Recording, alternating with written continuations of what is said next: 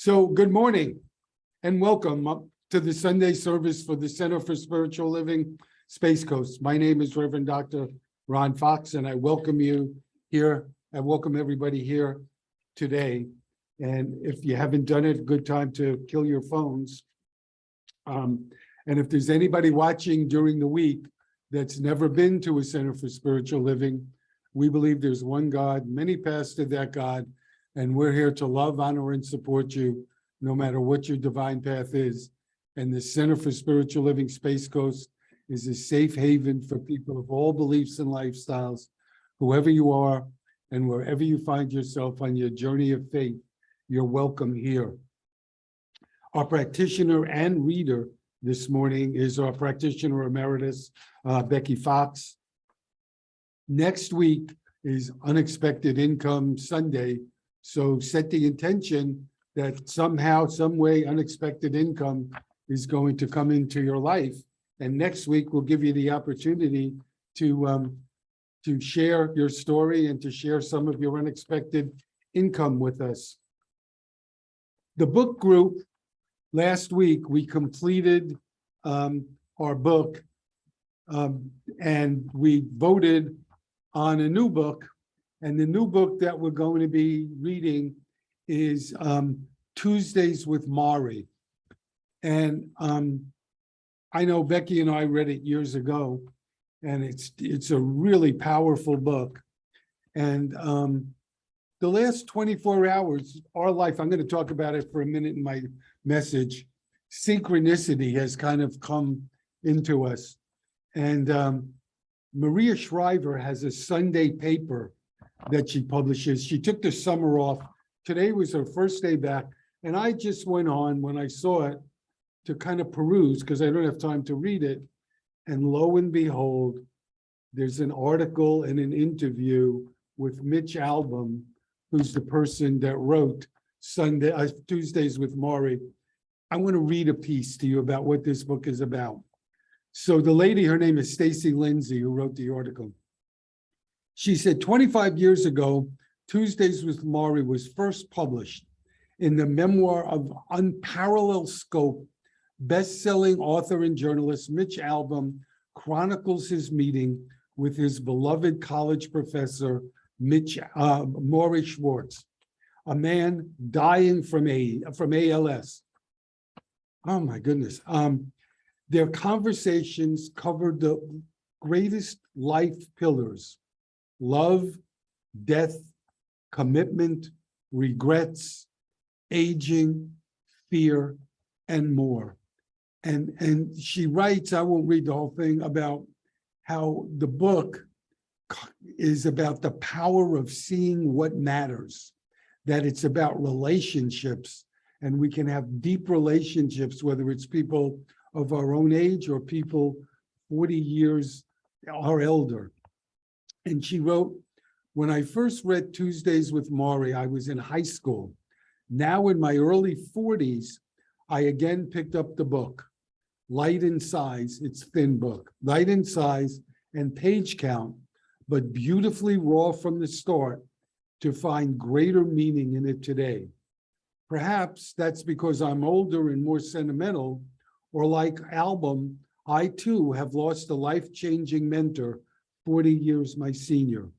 Or maybe it's because this grand memoir is what I believe we all need right now, a reminder that our time here is fleeting, so we must grab the beautiful truth of it with both hands every second we have. It is a really terrific book. So I hope some of you will go out and get it. We're not going to meet this Tuesday, so we give people a chance to go out and buy it. It's available on Amazon, and we had it and lost it, so we bought a new one, and it's like less than $8 for the copy of the book. The hardcore is a little more. So let me see what else. Today's a big day. Tickets go on sale for the concert with Eddie Watkins Jr. It's October 14th, 7 o'clock that night, and tickets are only $20, and they are going to go soon. I actually literally And this is the truth. I had somebody who lives in Miami call me this week, and she's sending me a check for 2 tickets. So if people from Miami are buying it, imagine what we're gonna do. So they'll go on sale after our service and after Unity service, right up by the front entrance. And with that, I will sit down. No new people.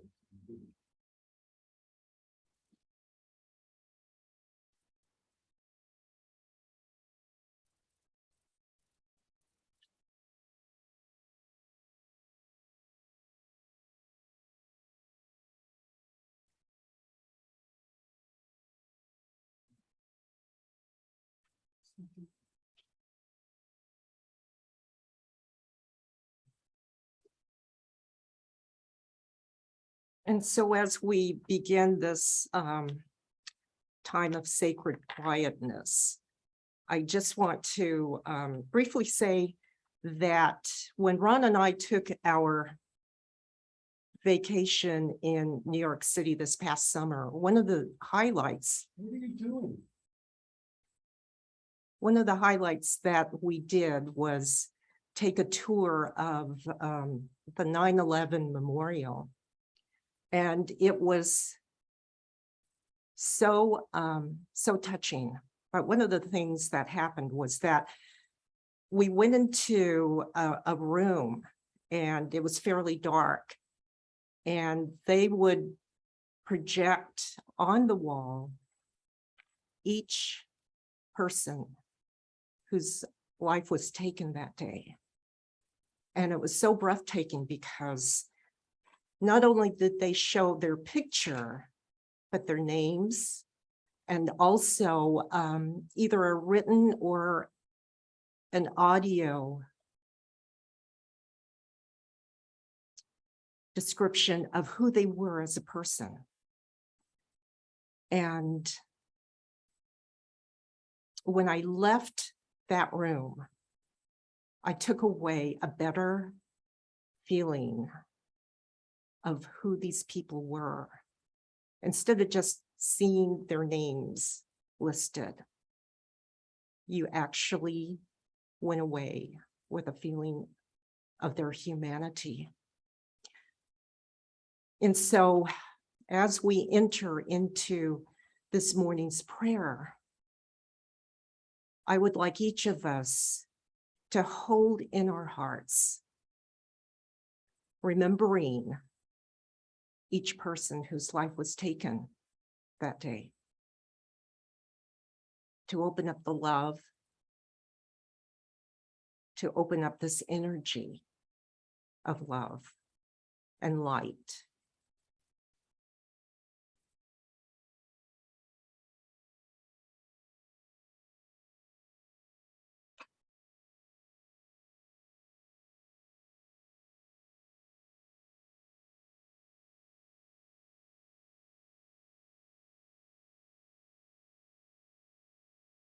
And so from this place of deep love, deep gratitude for each of these beautiful souls whose life was taken that day, we recognize this wonderful, infinite spirit of love that holds the space right here, right now, for each one of us. I'm recognizing this one life, this one infinite divine spirit that is everywhere to be found. That it is in the form and formless, the seen and unseen, touching the hearts and life of each of us. And I'm knowing my oneness in infinite love, that it is who and what I am, always expressing through me, as me, and for me. And I'm knowing this for each person here and on Zoom, and who will be watching this recording, that each one of us is divine sparks of this oneness. And so as we open up our hearts in gratefulness and in this loving energy, I'm knowing that this morning is filled with its love. That infinite spirit is guiding and directing the feelings, the words, knowledge, and wisdom of Reverend Dr. Ron and his message today. That it fills us with spirit's wisdom. That we already know who and what we are, spirit expressing as this human form. But we know so much more. This knowledge is already here within us in divine perfection, ready to express itself as the individualized beings we are. And so for this and so much more, I just give thanks to Divine Spirit for all that is unfolding in divine perfection. I release it and just claim it to be, and so it is. And so in remembrance of 9/11, I'd like to read a couple of quotes and a spiritual reading.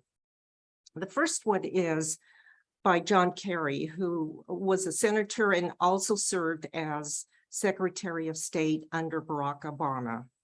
And he said, "Remember the hours after September 11, when we came together as one. It was the worst day we have ever seen, but it brought out the best in all of us." The next one is by Barack Obama, who was our 44th president, who said, "Even the smallest act of service, the simplest act of kindness, is a way to honor those we lost, a way to reclaim that spirit of unity that followed 9/11. The spiritual reading that I'd like to read was written by Reverend Angelica Jane Taggart. It's an excerpt from her book, "And So It Is," a book of uncommon prayer.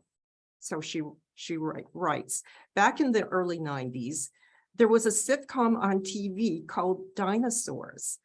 I loved it. They talked about important issues with humor.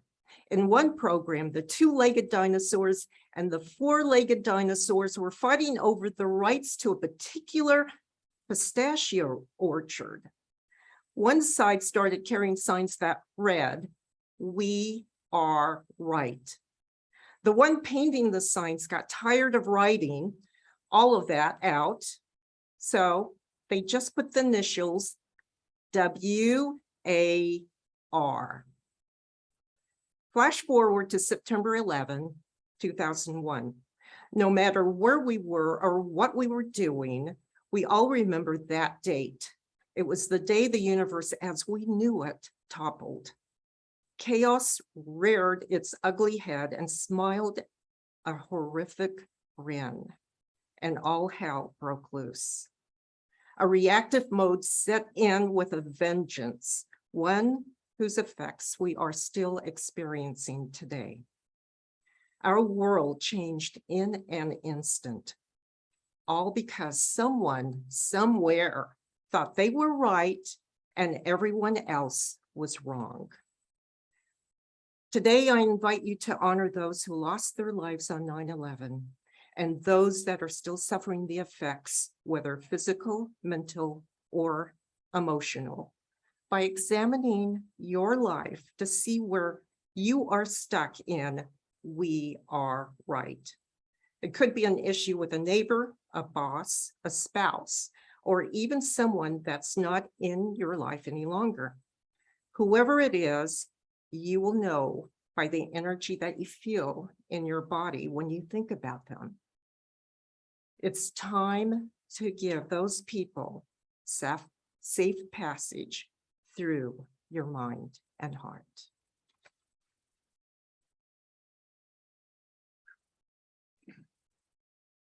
Wow, thank you. really powerful, kiddo. So I just want to say, when we went to visit the 9/11 museum, they gave me a bracelet because we bought a couple of shirts. And it just says 9/11 Memorial. And I haven't taken it off since June. So my message today, the title is Creating a Life That Matters. And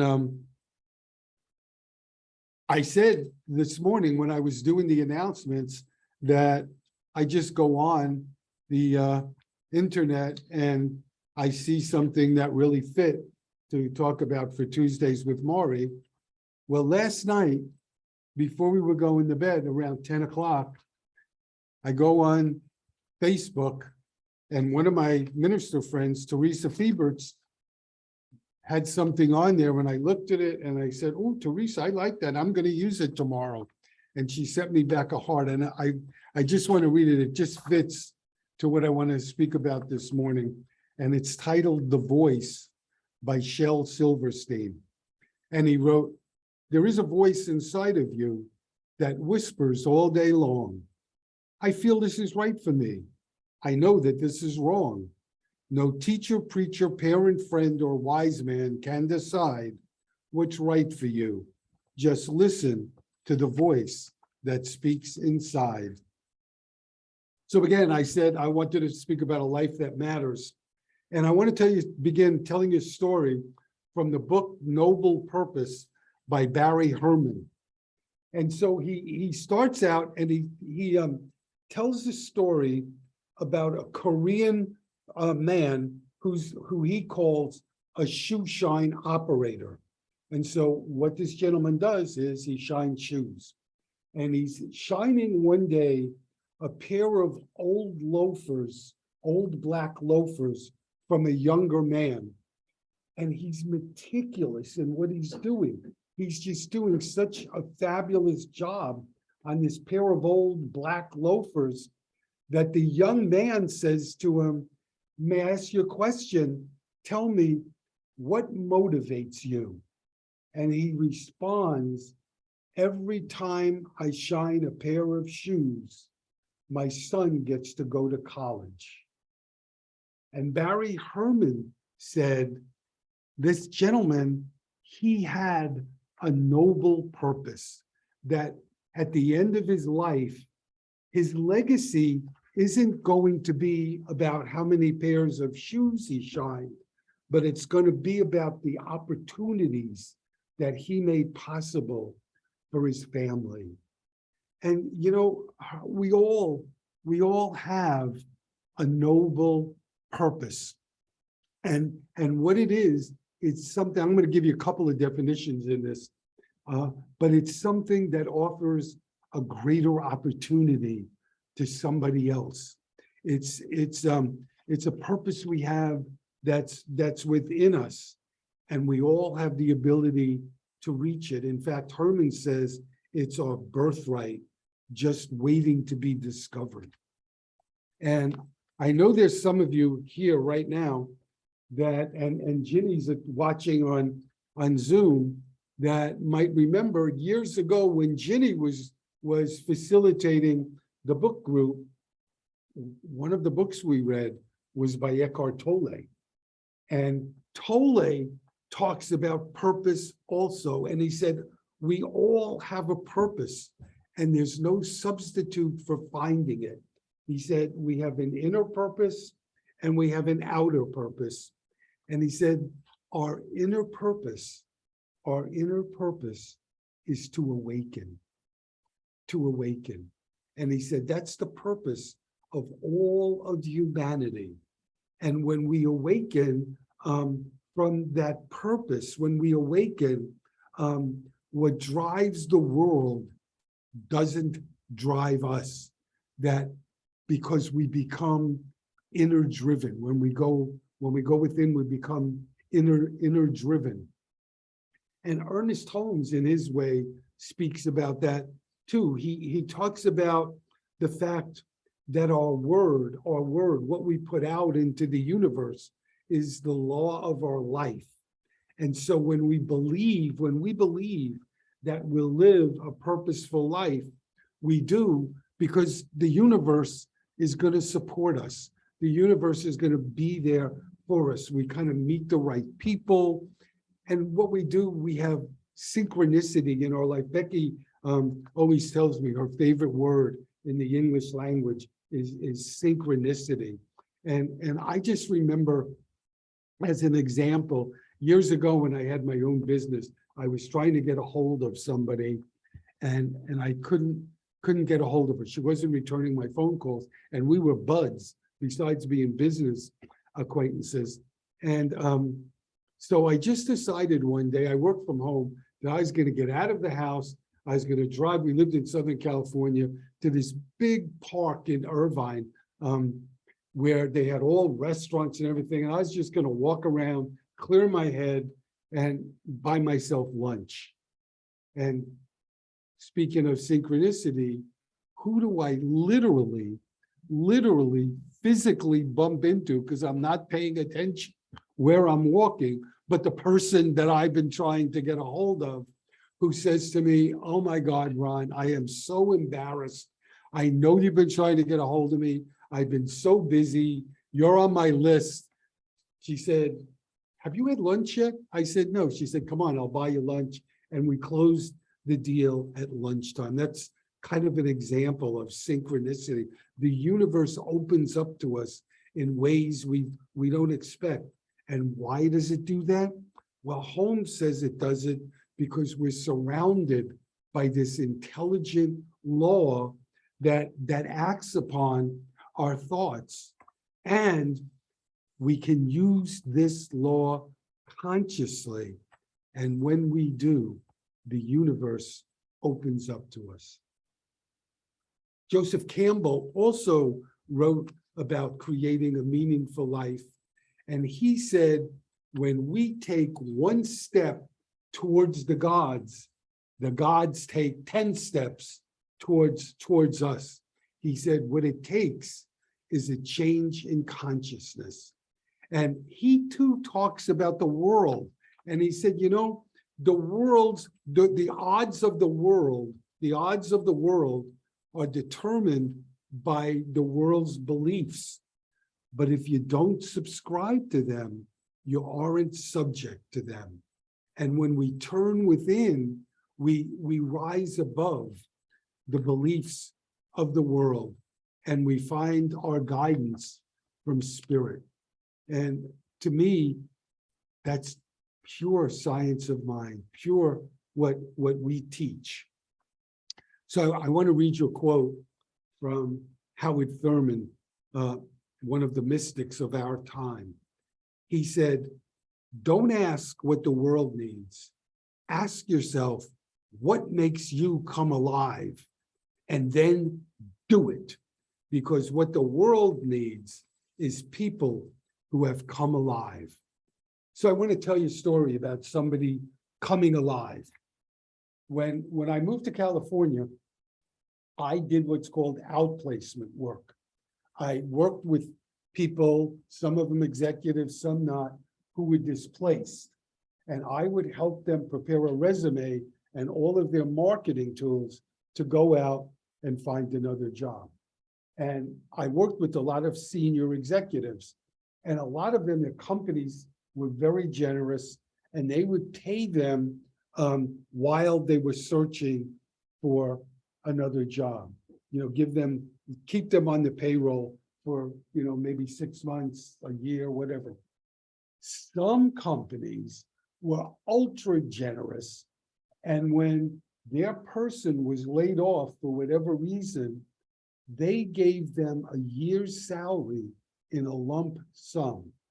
Think about that. If you were a senior executive making big bucks and your company handed you a year's worth of pay in a lump sum, you would think that would motivate somebody to really work hard to find another job, because as soon as they did, whatever was left of that lump sum goes into the bank. So with that as background, I had a senior executive one time that I could not motivate. He got the lump sum, And so I took him out to lunch one day and I said to him, what the heck is wrong with you? You got a lump sum, it was big bucks. I said, and you're sitting on your tush. Why aren't you looking for another job? And he said to me, Ron, I hate what I do. I'm good at it. But the thought of having to do this again, I can't bring myself to do it. And I said to him, tell me what you would like to do. And he said, Ron, I love to make beautiful high-end furniture. That's my hobby. And I would like to make it my career. And he said, in fact, I've taken half of our garage and that's where I do the work. So I said to him, how about if we do a deal? How about if we do the work, but also, to help you find another job, you and I will work on a 3-year plan for you to segue out of what you're doing now into what you want to do. And he said, okay. At the end of our time together, when he did get another job, his wife comes with him the last day because they're going to take me to lunch. And his wife turns to him and says, could I speak to Ron alone? Could I have a few minutes with the counselor alone? So he leaves. And she starts to cry. And she said, I have to tell you something. And she said, can we have a confidential relationship? And I said, sure. She said, he will never, ever know this, Ron. But I've seen a divorce lawyer twice. And I was going to divorce him. And you, this still gets to me, you gave me my husband back, and you gave our children their father back.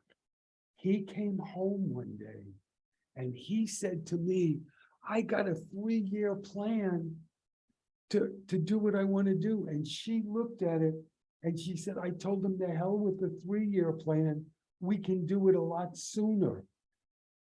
And he's going to do it. She said, he's got another job, but within 6 months, he's going to be full-time making furniture and doing what he loves. And she said, he's totally changed back to the person I married, to the father my children had. And I don't know how to thank you enough. And she came up and she gave me a big hug, kissed me on both cheeks, and she started to leave. And she turned around and she started to laugh. And I looked at her and she said, I just wanted to tell you, the garage isn't the only room he got his vitality back. But the point is, he was doing what he felt he was here to do, that birthright. And when he saw an avenue to do it, his whole life changed. He'll never know how close he came to losing his wife and kids. We can call it a purpose. We can call it a dream. We can call it a calling. The name doesn't matter. What it is, it's an idea that transcends ourself. It's something that we do that transcends who we are. In the Bible, it talks about Moses hearing a burning bush say, take off your shoes. The ground that you are standing on is sacred. And there's different interpretations of what that means. But one of them is that what it means is that the path of our life, the story of our life is sacred. And, after that incident, what Moses did was very sacred. He took his people to the promised land. I want to read you a quote by Rabbi Harold Kushner. He said, you don't become happy by pursuing happiness. You become happy by living a life that means something. So I want to tell you another quick story. It's about a young guy who's selling books to farmers. And he goes to a farmer And he said, I have this book here that will tell you everything you need to know about farming. It will tell you when to sow, when to reap. It'll tell you everything you need to know about the weather. It's the tell-all book for farming. And the farmer looks at this young guy and he says, son, that's not the problem. I know everything that's in that book. The problem for me is doing it. And spiritual life isn't about talking about something. It's not about reading something. It involves experiencing life in a new way that makes what one is capable of doing possible. It involves how we come to life. And it's kind of like the Buddhist saying, before enlightenment, chop wood, carry water. After enlightenment, chop wood, carry water. It's a matter of our consciousness, not what we're doing. You know, there's a fable about somebody that goes up to three workers and asks what they're doing. And one says, I'm making money for my family. The other one said, they're building something. One says, I'm making money for my family. One says, I'm a bricklayer, I'm laying bricks. And the third guy says, I'm building a magnificent cathedral that's going to last way beyond my lifetime. It's a matter of consciousness, how you look at it.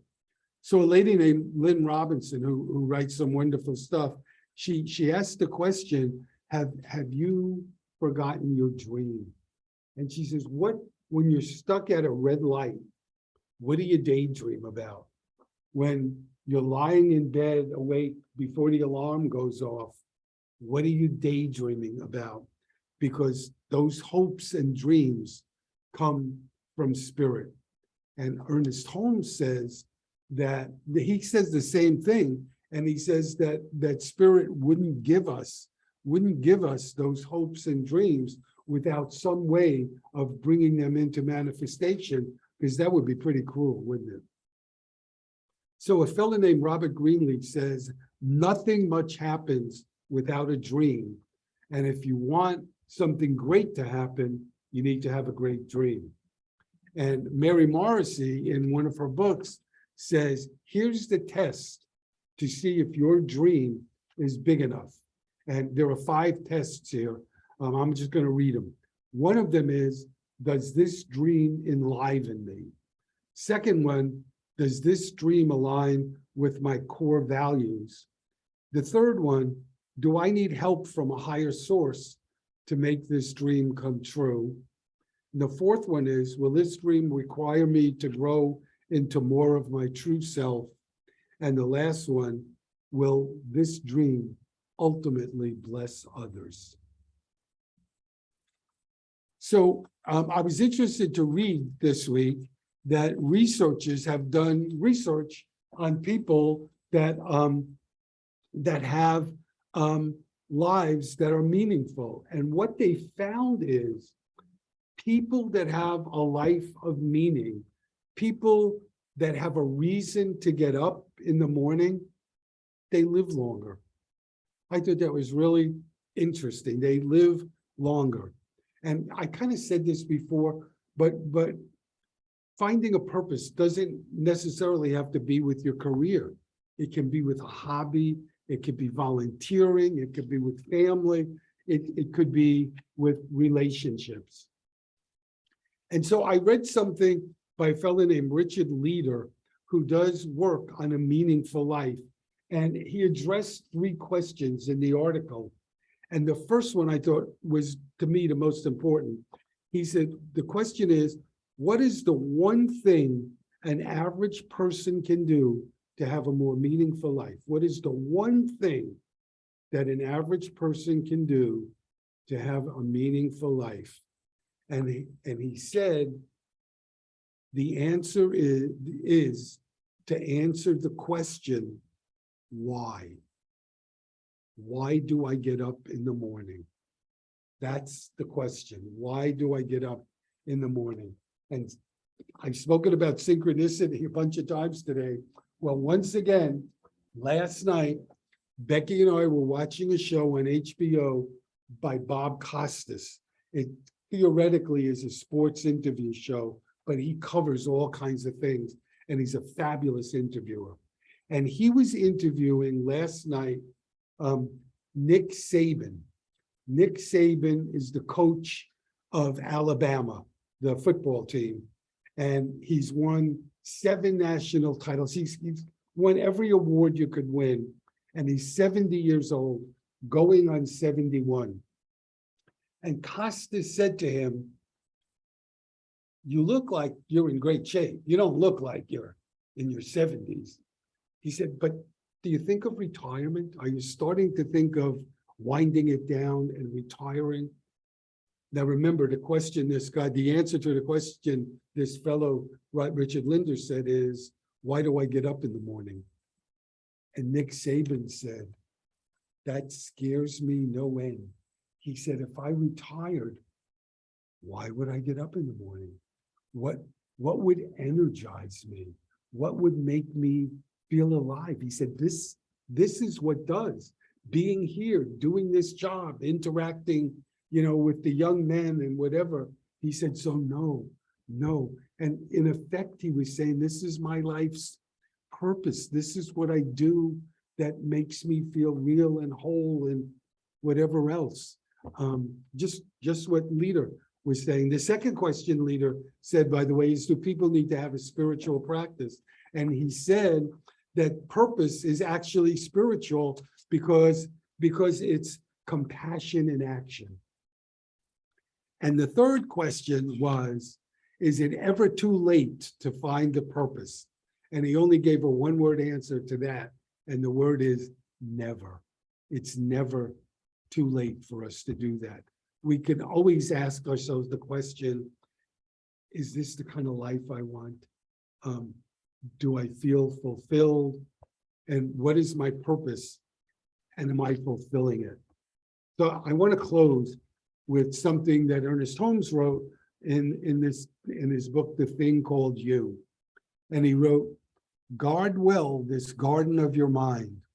It is God's garden of your soul. It is your garden of Eden, where may grow your fondest desires and hopes, blossoming into fulfillment. Plant there only seeds of joy, happiness, of peace, and of goodwill. God bless you. Thank you for being here this morning or doing the week, and have a great week.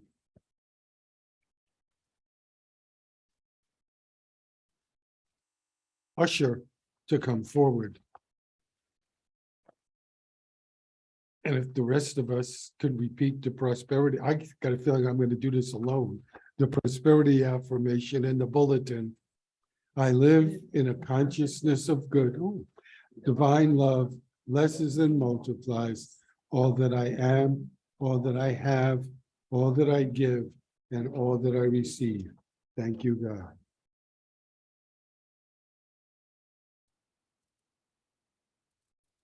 So just for the people on Zoom or the people that are going to be watching this week, there's something up there that will give you an idea of how to donate to us. Just go to our website, which is CSL Space Coast, and click the donate button. CSLSpaceCoast.org. Sorry. Click the donate. What would I do without you? Click the donate button, and it'll give you all kinds of ways that you could donate. And I did mean that seriously. What would I do without you?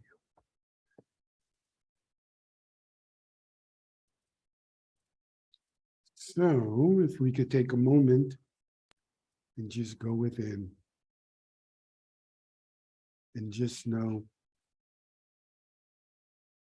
that each and every one of us is blessed, because within us is a divine purpose, a noble purpose, a calling, a dream that we have that when we go within and listen for divine guidance, we have the ability to make come true, to make our dreams come alive, whether it's volunteering, whether it's in our chosen profession, whether it's within our family, within our relationships. We each have the ability to go outside of ourselves and make a difference, to make the world a better place, to make our city, our town, our family, our relationships a better place, to bring healing to the world, to bring love to the world, to bring compassion, kindness, serenity, a peace that surpasses all understanding. Each one of us is a potential spiritual giant just waiting to burst forth into the world, to do what we were brought here to do. No matter what it is, it's a divine gift. And we thank the giver of the gift by opening it and by allowing it to blossom. And so for all of this and so much more, I give thanks, and I release the word and let it be. And so it is. So thank you for being here. Thank you for watching. Thank you for watching this week.